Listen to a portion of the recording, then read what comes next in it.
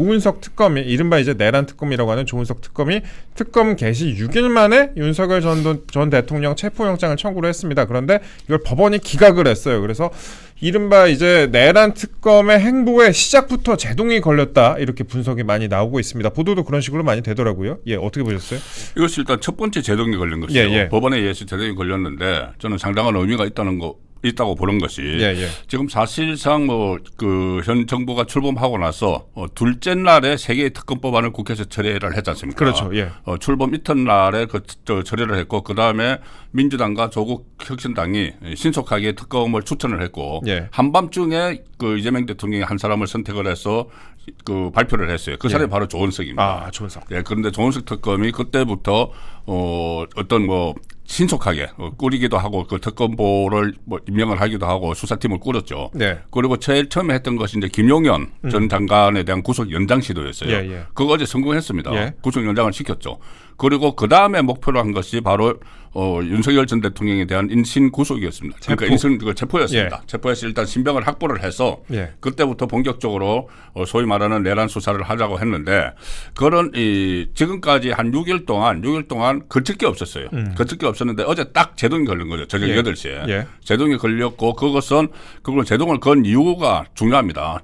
법원이 지금 정확하게는 어떤 그 결정문 같은 게 나오진 않았지만은 일단은 소환에 응하겠다고 하지 않느냐.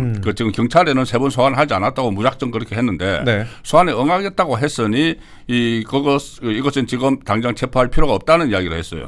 어쨌든 어떤 그 이유가 됐든 간에 첫 번째 제동이 걸린 겁니다. 심지어 이제 특검이 스스로 밝힌 겁니다. 윤석열 전 대통령이 특검 출석 요구가 있을 경우에 이에 응할 것을 밝히고 있는 점을 기각 사유로 들었다 정도로만 이제 설명을 했을 특검이 이것도 좀 줄여서 밝혔겠죠. 그렇죠. 법원이 아마 정당성을 얘기를 했을 겁니다. 절차적 정당성. 절차적 정당성은 윤석열 전 대통령과 관련해서 처음부터 논란이 됐던 거죠. 지기현 그때 판사가 구속 취소를 결정을 할 때도 어떤 절차적 정당성 문제를 이야기를 했기 때문에 지금 물론 특검법이 법으로 통과가 돼서 그 법에 의해서 이렇게 여러 가지 구성이 되고 수사 대상도 정하고 다 했지만은 이걸 진행하는 과정에서 앞으로 이 특검법, 내란 특검법뿐이 아니고 김건희 특검법이나 최상병 특검법 같은 것에서도 여러 가지 논란의 소지를 낳을 수 있다는 것을 어제 저녁에 저는 단적으로 보여줬다고 봅니다. 법원이 절차적 정당성에 대해서 이번에도 엄격하게 본 것으로 보인다라고 말씀을 하셨습니다. 그렇죠. 이제 특검이 애초에 영장을 청구할 때 특검 수사 이제 개시 후에도 경찰 출석 요구에 불응했다. 요거를 이제 윤석열 전 대통령의 영장을 청구하면서 체포영장을 청구하면서 강조를 했었는데 경찰 요구에 어쨌든 불응을 했으니까 특검은 요구한 것으로 치겠다 이런 논리였던 것 같은데 법원이 무슨 소리냐 하면서 이제 엄격하게 절차적 정당성을 본 것으로 따진 것으로 본다 이렇게 좀 분석을 하고 있는 그런 상황입니다. 그 지기현 판사의 그런 결정도 그렇고 공수처도 수사 당시에 그랬잖아요. 그 절차적 정당성과 관련 부분이 상당히 문제가 됐었는데 이번 수사에서도 이런 절차적 정당성 부분 법원에서 깐깐하게 하나씩 다 따질 것 같다 이런 식으로 분석이 나오고 있는 것 같습니다. 특히 이게 보통 사건이 아니잖아요. 이제 내란죄를 다루는 사건이기 때문에 이건 형량이 굉장히 무거운 사건이기 때문에 함부로 법원이 판단하지 않고 있고 이런 절차적 정당성을 굉장히 중요시하고 있다 이렇게 말씀 좀 드리겠습니다. 특검이 영장 기각 사실을 언론에 알리면서 동시에 28일에 출석을 또 요구했습니다. 이런 경우도 없죠, 사실. 그러니까 이 부분에 대해서 윤석열 전 대통령 변호인들도 참 황당하다는 생각을 하더라고요. 왜 그러냐면은 그 출석을 요구를 하면은 일단 그 피의자하고 이제 협의를 해야 되죠. 그리고 전직 대통령입니다. 그 전직 대통령인데 협의를 해야 되는데 그리고 어제 이것이 체포영장이 기각됐다는 것이 법원에서 이야기한 게 아니고 법원은 지금 서울중앙지법 어느 판사가 했는지를 몰라요. 그리고 이 특검에서 발표를 했습니다. 특검에서 발표를 하면서 기각이 됐는데 우리는 그 28일 날 소환할 거야. 이렇게 일방적으로 언론에다가 이야기를 한 거예요. 그러니까는 그러면 28일 날 윤석열 전 대통령 입장에서는 그날 그냥 통보를 받은 겁니다. 그 협의를 한 게 아니고 일방적으로 통보받은 거예요. 아마 일반 잡범도 저는 그렇게는 안 할 거라고 보는데 다 일정이 다 있고 전화해서 또 조율을 하잖아요. 네. 그런데 이렇게 하는 것은 일종의 그 선언이죠. 당신이 할 수 있는 건 아무것도 없어. 피의자인 윤석열이 할 수 있는 건 아무것도 없어. 네. 앞으로 우리가 모든 걸 다 정할 거고 거기 따라와야 돼라는 거잖아요. 네. 그런데 이런 행태가 지금은 특검이 칼자루를 쥐고 있기 때문에 막 이렇게 휘두른다고 하지만은 나중에 이게 제동이 계속 걸릴 수가 있습니다. 법원에 의해서. 그렇죠. 다른 예를 들어서 지기현 부장판사가 그때 그 윤석열 전 대통령 석방할 때 뭐라고 했냐면은 이게 그 무슨 뭐 그 구속 기간을 뭐 도과했다 이런 것도 있지만은 구속 기간을 도과하지 않았다 하더라도 이것을 좀 절차를 제대로 지키지 않았기 때문에 나중에 대법원에서 다른 결론이 나올 수도 있고 재심 사유가 될 수도 있다는 이야기까지 했어요. 그렇죠. 절차를 지키지 않으면은. 그런데 그렇기 때문에 구속을 취소를 하고 일단 그 취소 상태에서 그 재판 결과를 지켜보자는 취지로 석방을 했는데 지금 이 상황 그러니까는 피의자와 전혀 그 어떤 협의도 없이 일방적으로 통보를 하고 뭐 이렇게 소환을 해라. 그러고 소환 안 하면 이번에 또 28일 그 시간까지 주면서 오전 9시인가요? 시간까지 주면서 이번에 출석 안 하면은 체포영장 또 청구할 거야. 이렇게 했거든요. 이거는 거의 이 어떤 방어권이나 아니면 어떻게 보면 인권까지 무시를 하는 그런 상황이 됐기 때문에 이거 법원에서 다시 어떤 다른 결론을 내릴 수도 있습니다. 이거. 예, 맞습니다. 이게 사실 그렇습니다. 전직 대통령이라도 혐의가 있다면 수사는 수사대로 당연히 철저하게 해야 하는데 그런데 이게 뭐 법불락이라고 하잖아요. 모두에게 이제 잣대는 좀 공평해야 하지 않을까라는 생각을 좀 하게 합니다. 왜냐하면은 그 저도 법조 취재를 오래 했지만 보통 영장이 기각되면요, 기각된 건 굉장히 그 검찰 입장에서는 창피한 일이거든요. 특검 입장에서도 그렇고 그러면 우리가 이리해서 그 영장이 기각됐지만 앞으로는 이런 식으로 부안을 해서 열심히 하겠다라고 기자들에게 공보를 하는 게 보통 있는 일인데 그냥 기각 사실을 알리면서 우리 28일에 부르겠다 이렇게 얘기를 했습니다. 그러니까 다른 사건 크지 않은 사건을 다루더라도 이게 영장 기각 사실을 먼저 알리고 그 다음에 다른 공지를 통해서 출석을 요구하는 게 일반적인 건데 아니 기각당했다 이러면서 그래서 28일에 다시 부르겠다 이렇게 얘기를 했습니다. 이런 경우가 좀처럼 없는데 그렇습니다. 그리고 청구하던 날에도 김민석 후보자 청문회가 시작된 날이었죠. 그래서 이슈로 덮는 거 아니냐 이런 비판이 또 많지 않습니까? 그렇습니다. 일단 그 이틀 청문회를 하는데 첫날이 거의 마무리되는 시점에 이게 그 체포영장을 청구를 했다고 이야기를 했어요. 그리고 그러면 그 다음날 신문과 어제 신문에 전부 다 어떤 뭐 체포영장 이게 이제 이슈가 돼버리니까 김민석 청문회에 대해서 좀 물타기를 하려고 한 건 아닌가 이렇게 싶은데 이 체포영장 청구를 하면서 특검보가 법불락이 이야기를 했잖아요. 법불악이. 예, 그러니까 이 어떤 뭐 법원 개한 사람에게 아부하지 않는다. 그렇게 이야기를 했는데 제가 그 특검보가 왜 이 상황에서 법불악이라는 표현을 윤석열 전 대통령에게 썼는가 저는 도저히 이해가 안 돼요. 지금 윤석열 전 대통령에 대해서는 어떤 좀 전에 말씀드린 것처럼 특검 본인들이 일종의 방어권도 무시하고 그 인권까지 뭐 무시하는 이런 상황이고 다른 어떤 사회 분위기가 지금 그렇잖아요. 귀한 사람이 아닙니다. 지금 상황이. 그렇죠. 오히려 일종의 그 한쪽에서는 마녀 사냥이 이루어지고 있다고까지 보는 거예요. 윤석열 전 대통령 쪽에서는. 그런데 이것을 법불락이라고 했는데 제가 순간적으로 생각나는 것이 이거는 그 지금 이재명 대통령에게 좀 적용돼야 되는 말이 아닌가 생각까지 했어요. 지금 재판 다 멈췄지 않습니까? 재판도 멈추고 그 전에 물론 뭐 지금은 그 상황까지 갈 건 아니지만 그 전에 수사받던 상황들도 많이 있었어요. 정자동 사건이나 공금 쪼개기 사건이나 이런 건 다 있었는데 그건 다 멈췄잖아요. 법불락이가 아니라 법악위가 돼버린 것 같아요. 그렇죠. 그러니까 법을 완전히 무시를 하고 법을 없애버리는 법을 잡아먹는 그런 상황이 됐는데 이걸 윤석열 전 대통령에게 법불락이라는 말을 국민에게 하면서 이렇게 좀 그 정당성을 갖추지 못한 이 수사를 진행하는 것이 저는 좀 납득을 하기 어렵습니다. 그렇습니다. 그리고 조은석 특검 같은 경우에 그 검찰 경력이 상당히 오래됐거든요. 이분도 참 나름 이름을 떨쳤던 검사인데 이분 스타일이 약간 그래요. 법조계 취재를 해보면은 일단 정점을 구속을 시켜놓고 그 다음에 이제 시작을 하는 이제 특수통 수사다 이런 식으로 보는 시각이 좀 많은 것 같습니다. 조은석 특검 같은 경우에도 상당히 뭐랄까요, 그 법조계에서는 이렇게 보고 있습니다. 그 수사는 잘하는데 굉장히 강하게 수사를 하는 사람이다. 그리고 이분이 공보를 좀 좋아해요. 예전에 대검 대변인을 해가지고 그 사건에 대해서 하나하나 이렇게 공보하는 것을 좋아했는데 이번 수사도 약간 그런 식으로 흘러가고 있는 거 아닌가, 처음부터 그런 식으로 흘러가는 거 있는 거 아닌가, 이렇게 좀 생각이 듭니다. 이렇게 생각이 들고, 일단 그러니까 주변인부터 보통 시작을 해가지고 그 다음에 마지막에 정점으로 올라가는 수사를 우리는 많이 보는데, 특수통 수사는 일단 정점을 구속을 시켜놓고 그 옆으로 넓혀나가는 그런 수사를 하는 거 아니냐, 이런 식으로 관측이 나오는데, 일단 우리 본부장님하고 저희가 얘기를 나눠본 바에 따르면은 일단은 법불락이가 아닌 것 같다. 그러니까 지금 앵커께서 이제 법조 출입을 이제 오래 하셨어. 일단 딱 핵심을 짚잖아요. 네. 공부를 해봤다. 네. 그리고 특수통을 했는데 공부를 해서 한다는 게 결국은 여론전이거든요. 여론전에 그 장기가 있다는 이야기죠. 네. 그러니까 조금 전에 특검보가 이야기했던 뭐 법불락이 이런 것도 그렇고, 네. 그 특검의 여론전 하면 가장 생각나는 것이 박근혜 전 대통령 박영수 특검. 예. 그때 그 이철규인가요? 그 특검보. 이규철 특검보. 예. 대류가족. 예. 바바리. 예. 그 계속 확인되지 않은 이야기들을 계속 흘렸잖아요. 네, 예. 흘려서 일종의 이제 여론전을 만드는 그런 네. 상황이 됐는데, 지금도 좀 그런 쪽으로 가는 것 같아요. 국민들에게 일방적으로 이야기를 하고 있잖아요. 네. 그런 쪽으로 갖고, 저는 이제 정치적으로 오래 했으니까는 저는 정치적으로 좀 해석을 해보면은, 예. 그러면 지금 말씀하신 것처럼 이제 그런 스타일이기 때문에, 그런 스타일이어서 이재명 대통령이 낙점을 한 것 같아요.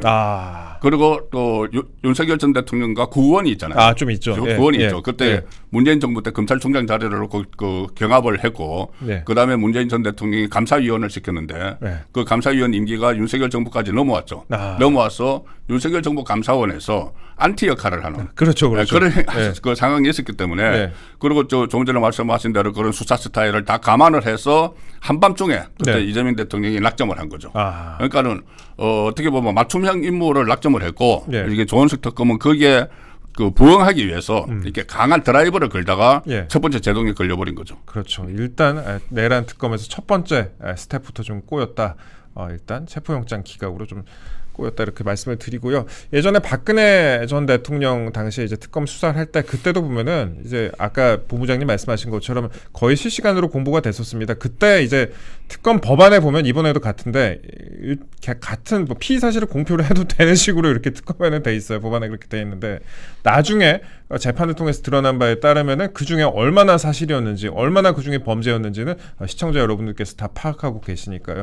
앞으로도 그런 부분에 한 번은 우리가 그래도 학습 효과가 있으니까 그 부분에 좀 중점을 두고 좀 보셨으면 어떨까 하는 생각이 듭니다. 저희가 수사 얘기를 좀 해봤으니까 사면 이야기도 좀 해보겠습니다. 법적인 이야기 조금만 더 해볼게요. 최근에 조국 전 대표 측이나 이화영 전 부지사가 사면 복권 요구를 계속하고 있습니다. 일단 송영길 전 대표는 보석이 허가된 상황이고요.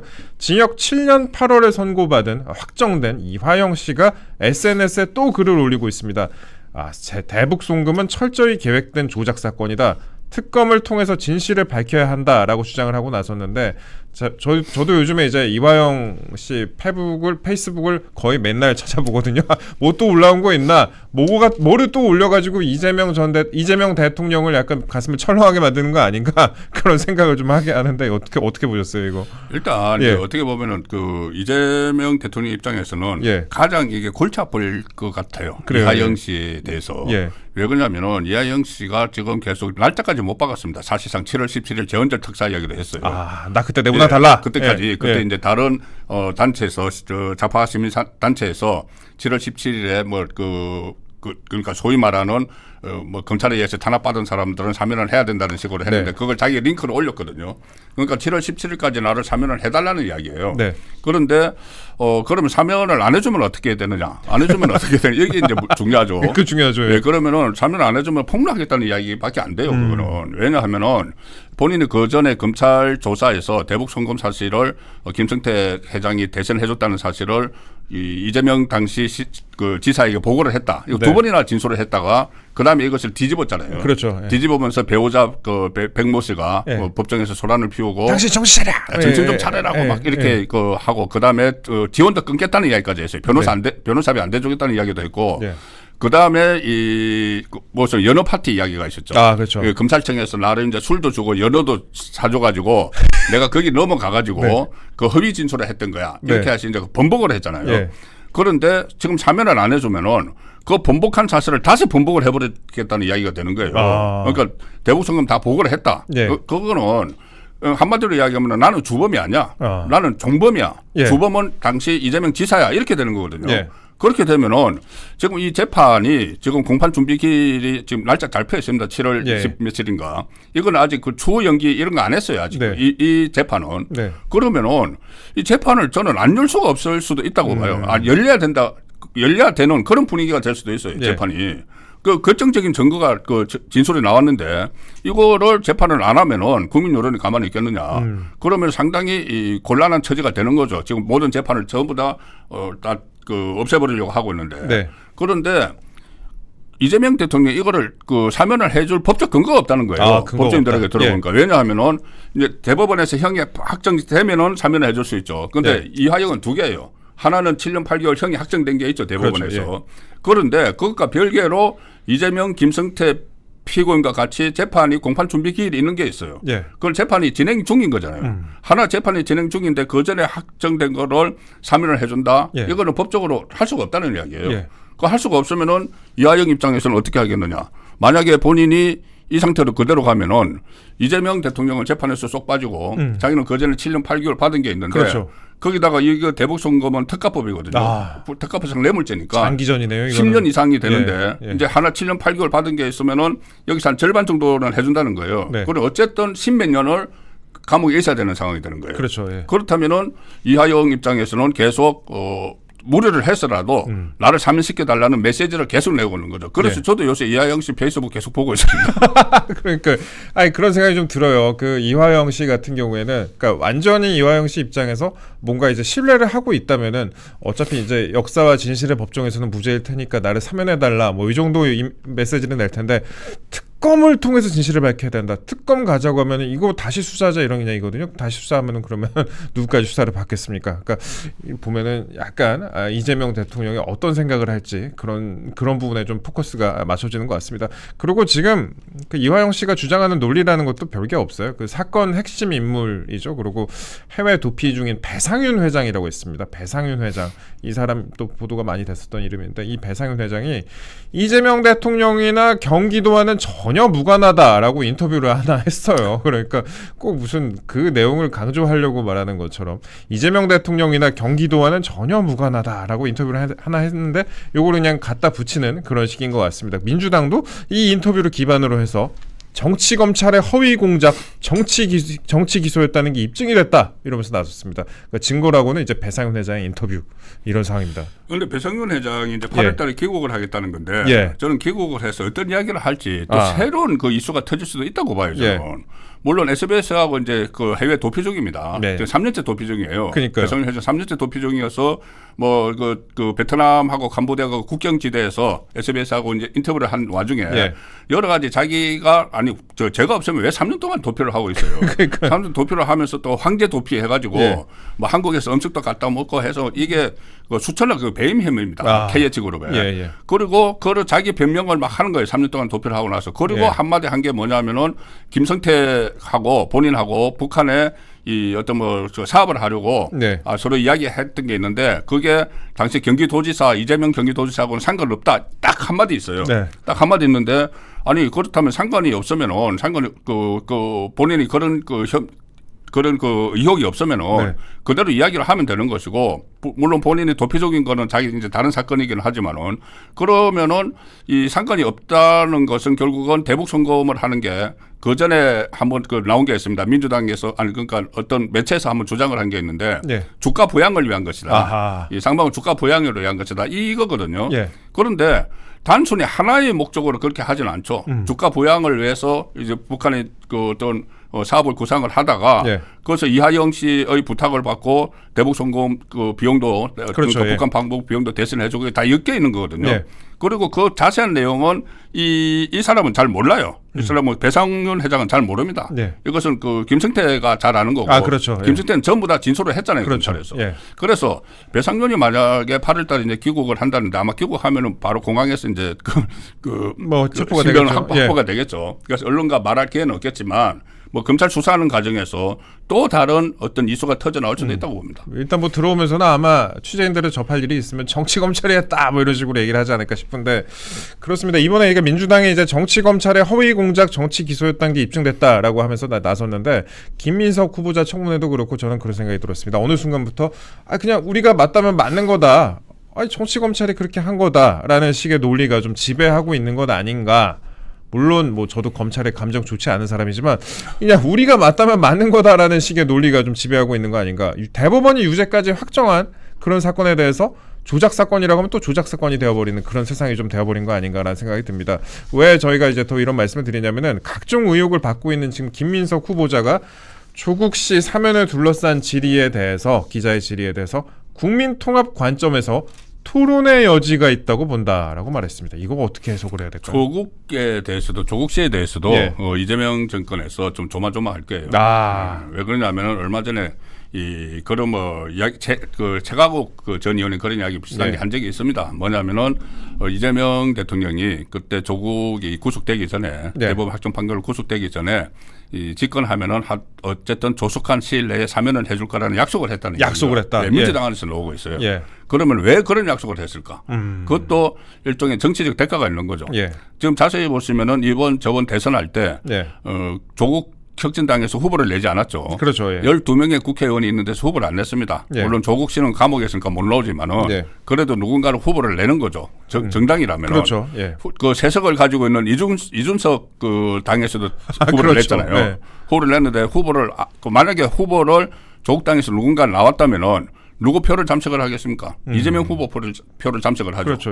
특히 호남에서는 조국당의 저번에 정당 득표율이 더 높았어요. 중선 때. 그러면 호남에서 상당히 잠식을 당한 이런 상황이 되면은 선거 판세가 완전히 좀 달라질 수도 있는 상황이었죠. 그렇다면은 저희들이 얼핏 생각할 때 후보를 내지 않는 조건으로 만약에 집권을 하면은 사면을 해주는 그런 밀약 같은 게 있을 수도 있는 거예요. 좀 확인은 안 되지만은. 그렇죠. 어떤 그렇다면은 그런 것이 있기 때문에 뭐 조국 씨도 그때 감옥에서 소위 말하는 옥중 인터뷰를 하면서 본인이 사면 대상이라는 이야기를 했잖아요. 그렇죠. 난 사면 대상이야. 그러니까 사면 대상자가 사면에 대해서 뭐라고 말할 수는 없어. 사면권자가 해야 돼. 이거는 사면권자가 이야기하는 거예요. 나 사면 대상인 거 알지? 이 이야기를 하는 겁니다. 그걸 또 인사청문회에서 조국당의 황운하 의원이 그거를 다시 한번 상기를 시킨 거죠.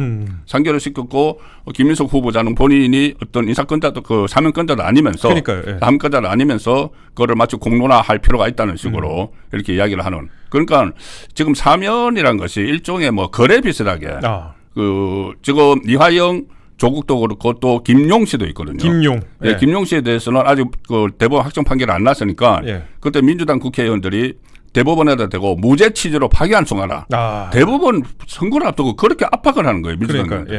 만약에 유죄가 확정이 돼버리면은 또 사면해줘야 되잖아요.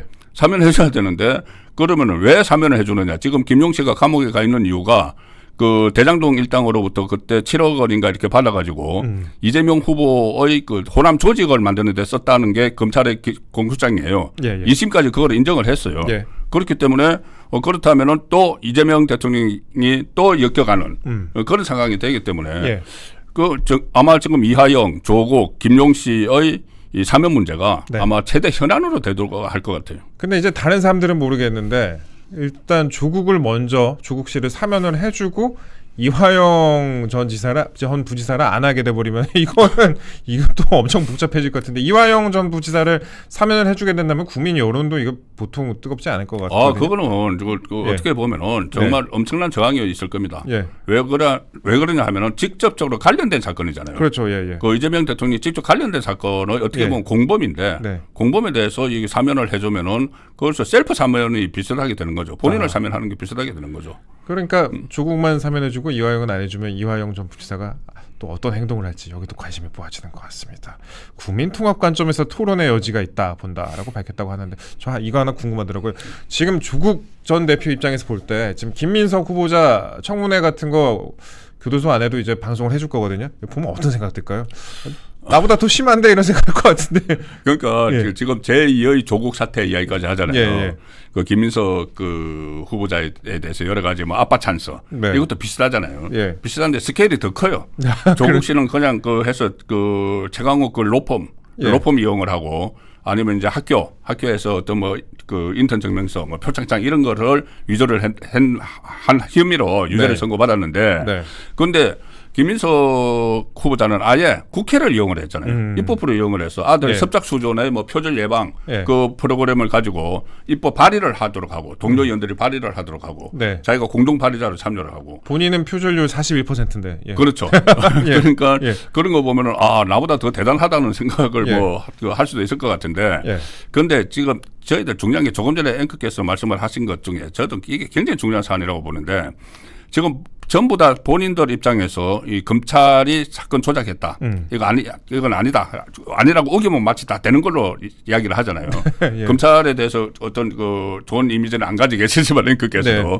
그런데 자 검찰은 일단 그렇다 쳐요.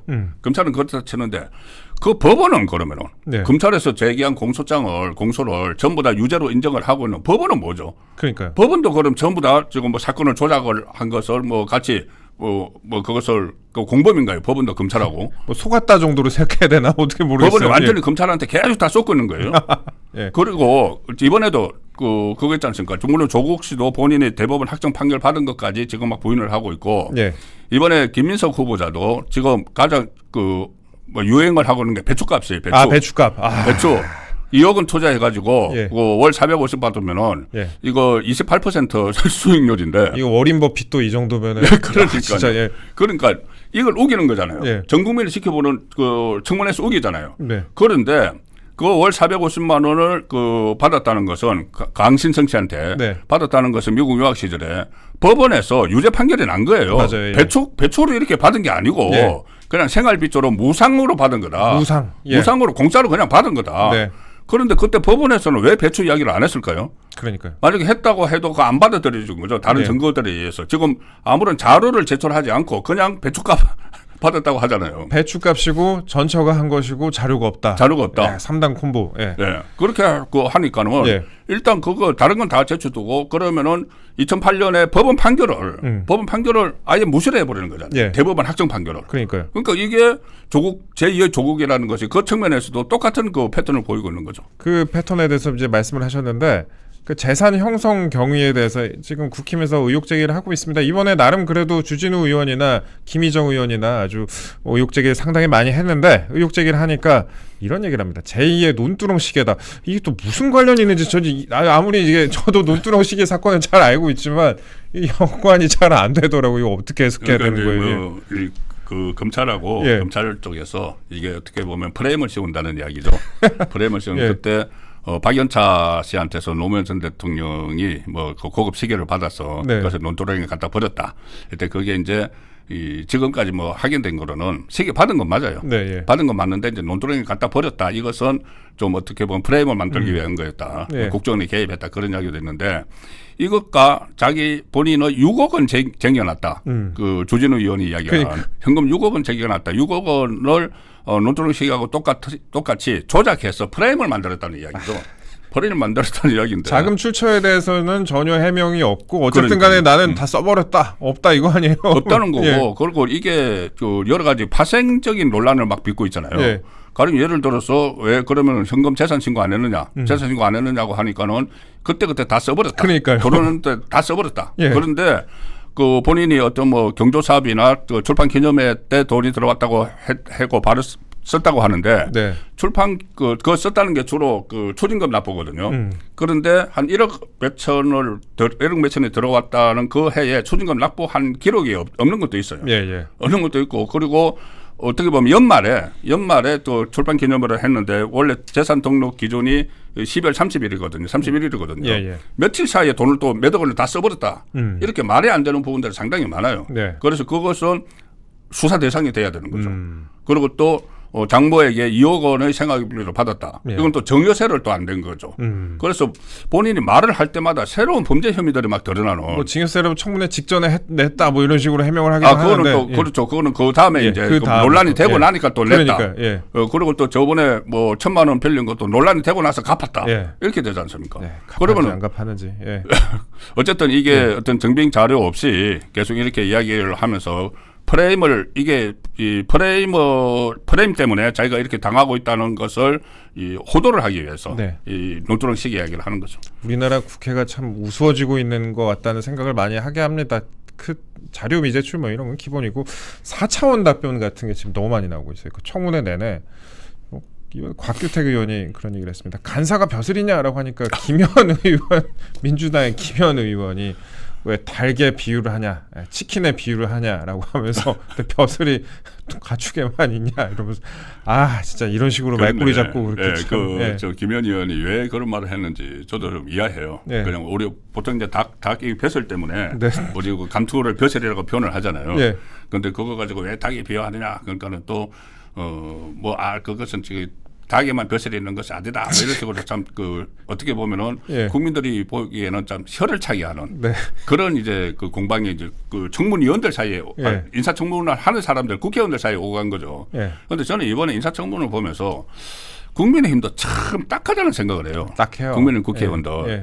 물론 주진우 의원이나 김희정 의원이나 이렇게 막 하고 있지만은 그러면은 가령 예를 들어서 청와대 이야기가 났잖아요. 네. 청와대에서 뭐 석사를 받았느니 거기에 뭐 출석을 했느니 그 항공권을 꺼내놨는데 그게 그 정식 법무부 양식이 아니니 막 말이 많잖아요. 예. 그러면 국민의힘 의원들 중에서 누군가 청와대로 갔어야 돼요. 그렇죠. 현장에 갔어야 돼요. 예. 가보면 금방 확인되거든요. 네, 그런 예. 거.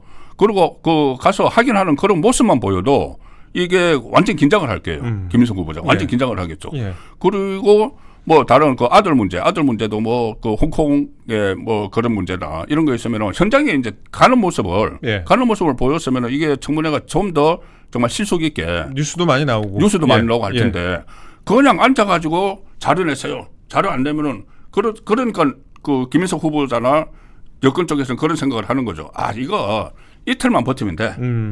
그 이틀만 버티고 있으면은 그다음에 그냥 인준 투표하고 그다음에 이제 국무총리 임명장 주고 하면 끝이야.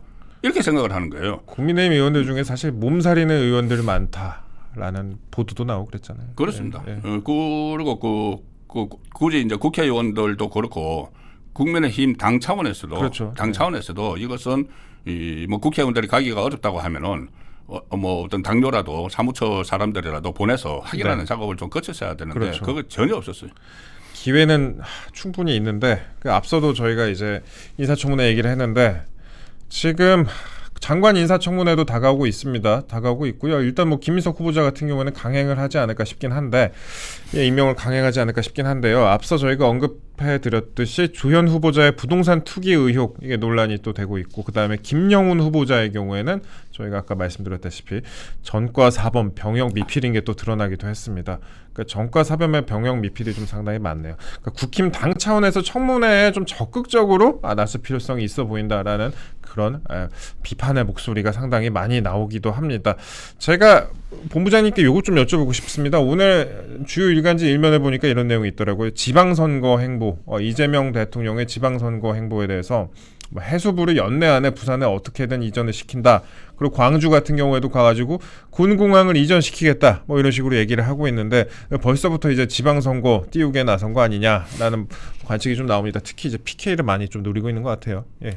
아무래도 부산시장을 그 민주당이 하다가 예. 지금은 박형준 시장이 하고 있고 그다음에 뭐 몇 군데 이제 그 지방 권력을 가져가야 된다는 생각을 하겠죠. 예. 저 모든 권력을 사실상 장악을 했지 않습니까? 예. 입법, 행정, 그다음에 사법도 그렇죠. 거의 다 그렇게 했는데 마지막 남은 게 이제 지방 권력인데 지방 권력 선거가 한 1년 남았으니까 거기서 이제 집중을 하는 모습을 언론이 모든 언론을 봐도 딱 그렇게 보이지 않습니까? 그렇죠. 딱 그렇게 보여요. 그리고 특히 어제 취임 21일째인데 호남 지역에 가서 물론 호남에 현안이 있기는 하지만은 뭐 타운홀 미팅이라는 것이 일반 국회의원이 그 주민들 지역 여론을 듣기 위해서 주로 하는 거죠. 그런데 대통령이 가서 2시간 10분 동안 타운홀 미팅을 하고 그다음에 다른 일정들도 가졌거든요. 예. 그래서 제가 얼핏 드는 생각이 이거 뭐 지방선거도 지방선거 좋지만은 호남에서 그때 80% 이상의 득표를 받았고 하니까 네. 일종의 뭐 그 당선 살해하는 것 아닌가 그런 생각도 들어요. 예. 그리고 더 중요하다고 저는 보는 것이 원래 어제 나토가 회의가 있었어요. 그렇죠. 나토가 네. 어제 회의였습니다. 나토 그 이틀 동안 그 정도 하는데 나토를 불참을 하면서 국내에서 챙길 게 너무 많다는 이야기를 했어요. 예.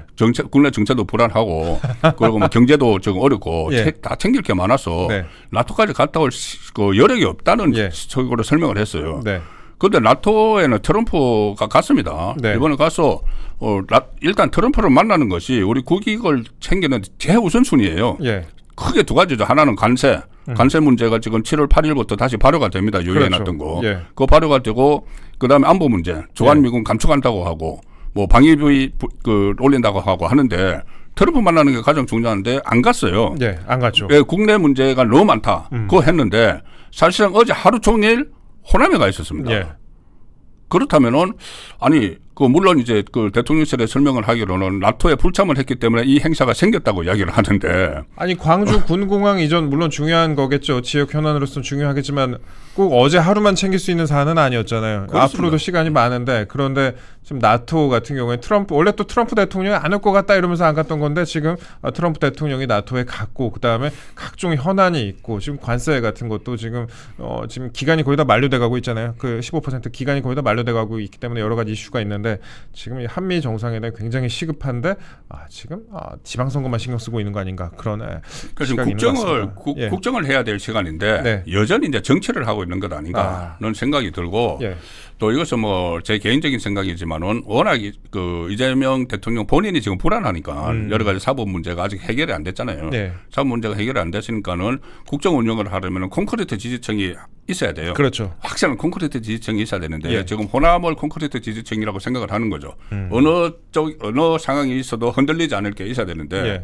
호남은 그 전에 보면은 이번 대선에서는 물론 85% 득표를 했지만 조국 당이 후보를 안 냈기 때문에 그렇죠. 예. 그럼 그 전에는 총선에서 정당 득표율에서도 조국 혁신당이 뒤졌고 예. 그럼 그 다음에 보궐선거에서도 졌잖아요. 예. 그렇기 때문에 좀 불안하니까 일단 그 콘크리트 지지층을 구축하는 차원에서 행보를 한 것 같은데 예. 이게 너무 그 시점도 안 맞고 그리고 취임 한 21일 만에 그러니까 일단 국민을 향해서 전체 국민을 향해서 어떤 국정보고 초반 국정보고를 하는 이런 자리를 갖기 전에 네. 호남 가서 순전히 그 호남 지역의 수건 사업, 예. 수건 사업에 대해서 또 TF까지 구성을 한다잖아요. 예. 정부 부처들을 기재부하고 뭐 국토부하고 다 포함을 해서 대통령실에 TF를 두겠다. 예. 이게 물론 호남에서는 아주 중요한 이야기죠. 그렇죠. 예. 그렇지만은 그것은 그 별도로 그렇게 풀어야 되는 건데 이걸 마치 큰 국책 사업을 하듯이 이렇게 접근을 하는 것도 예. 과연 지금 국정 우선순위를 어디로 두고 있는지 의심을 할 수밖에 없습니다.